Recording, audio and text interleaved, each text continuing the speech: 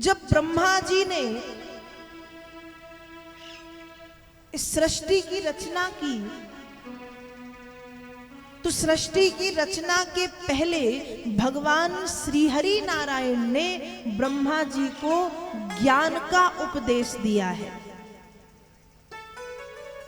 और जो ज्ञान का उपदेश ब्रह्मा जी को दिया गया भगवान नारायण के द्वारा, उसे चतुः श्लोकी भागवत कहा गया। क्या कहा गया? चतुः श्लोकी भागवत, मतलब भगवान नारायण के द्वारा 4 श्लोकों में ब्रह्मा जी को श्रीमद् भागवत जी के महत्व को बताया। 4 श्लोकों में भागवत बता दी। 4 श्लोक। अहमेवास्मेवाग्रे नान्यद यत् सद सत परम तस्या अहम यदेतच्च यो अवशिष्येत सोऽस्महम्। ऋतेर्थम यत् प्रतीयेत ना प्रतीयेत चात्मनि तद विद्यादात्मनो मायां यथा भासो यथा तमा। यथा महान्ति भूतानि भूतेषु च बचेष्वनु प्रविष्टान् प्रविष्टानि तथा तेषु न तेष्वहम्। एतावदेव जिज्ञासं तत्त्वजिज्ञासुनात्मना अन्वयव्यतिरेकाभ्यां यत् स्यात् सर्वत्र सर्वदा। ये 4 श्लोक जिन्हें चतुः श्लोकी भागवत कहते हैं, भगवान नारायण के द्वारा ब्रह्मा जी को प्रदान की गई। और फिर ब्रह्मा जी ने इन 4 श्लोकों को वेद व्यास जी को दिया कि आप इसका विस्तार करें।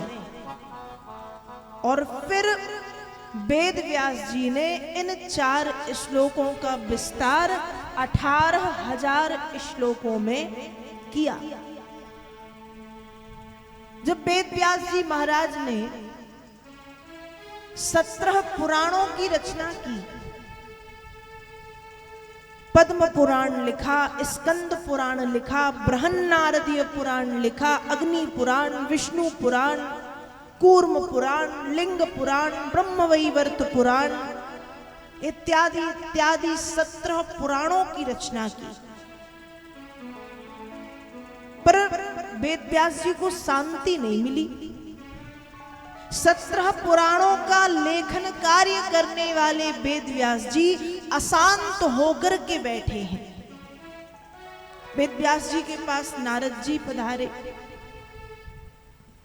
नारद जी ने देखते ही समझ लिया कि वेद व्यास जी कुछ अशांत चित्त हैं, कुछ व्यग्र हैं। तो नारद जी ने पूछा कि आप इतने अशांत क्यों हैं? वेद व्यास जी उत्तर देते हैं कि हे देवर्षि नारद, मैंने 17 पुराण लिखे हैं और 17 पुराण लिखने के बाद भी मुझे शांति नहीं मिली, मेरे मन में शांति नहीं है। अब आप ही बताओ मैं क्या करूं? तब नारद जी ने वेद व्यास जी को अपना पूर्व चरित्र सुनाया कि मैं दासी का पुत्र था, मेरी माँ ऋषि मुनियों की सेवा करती थी, मैं भी माँ के साथ में ऋषियों के संग में रहता था।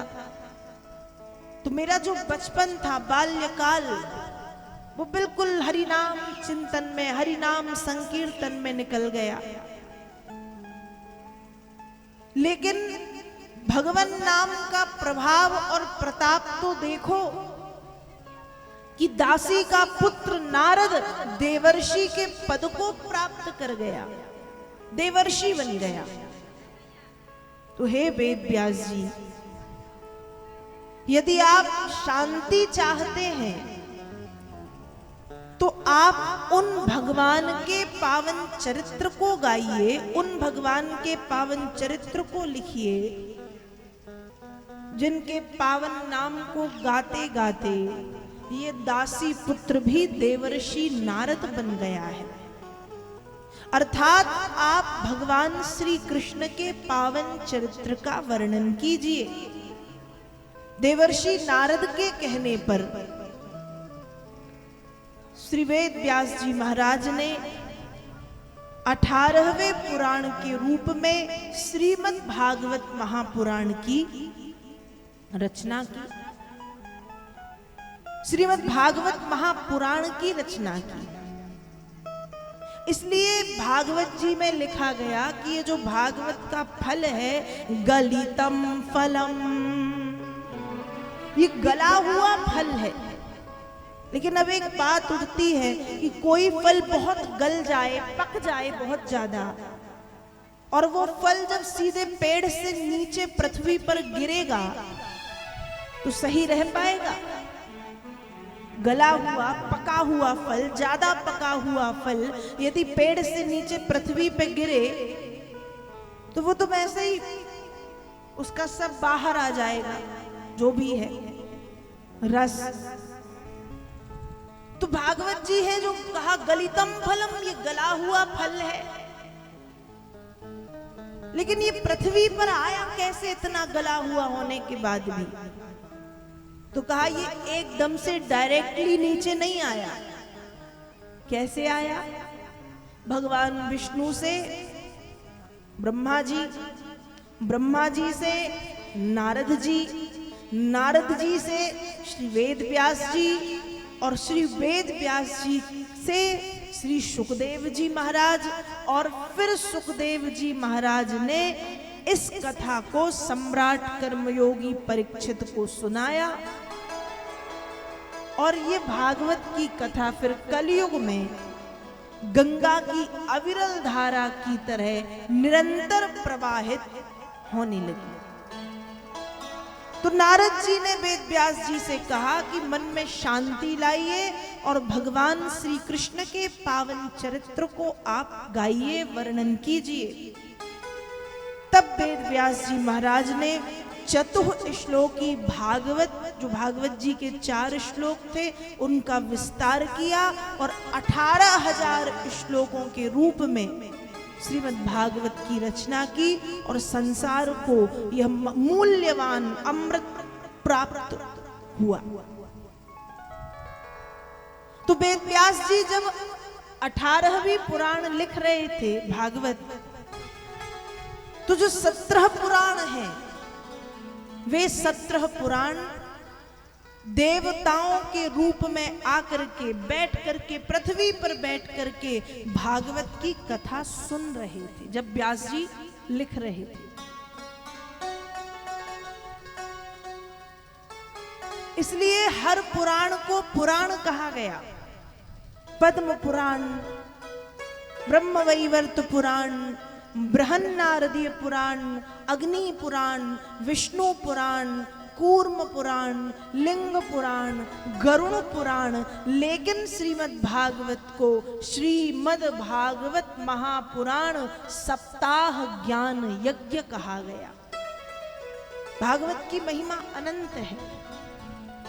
और कल आपने जो भागवत जी के महात्म को सुना है, वो भागवत जी का जो महात्म है 7 अध्यायों में, वह महात्म भी पद्म पुराण ने गाया है। पद्म पुराण में 55,000 श्लोक हैं और भागवत जी में 18,000 श्लोक हैं। बड़ी पुराण कौन सी हुई? पद्म पुराण। लेकिन पद्म पुराण ने भी भागवत जी के महत्व को बताया, भागवत जी की महिमा को बताया। ऐसी श्रीमद् भागवत की पावन कथा के द्वितीय दिवस में आज हम प्रवेश कर चुके हैं। तो भागवत जी के प्रथम अध्याय में, प्रथम स्कंद के प्रथम अध्याय में आपने सुना वेद व्यास जी महाराज ने कैसे श्रीमद् भागवत की रचना की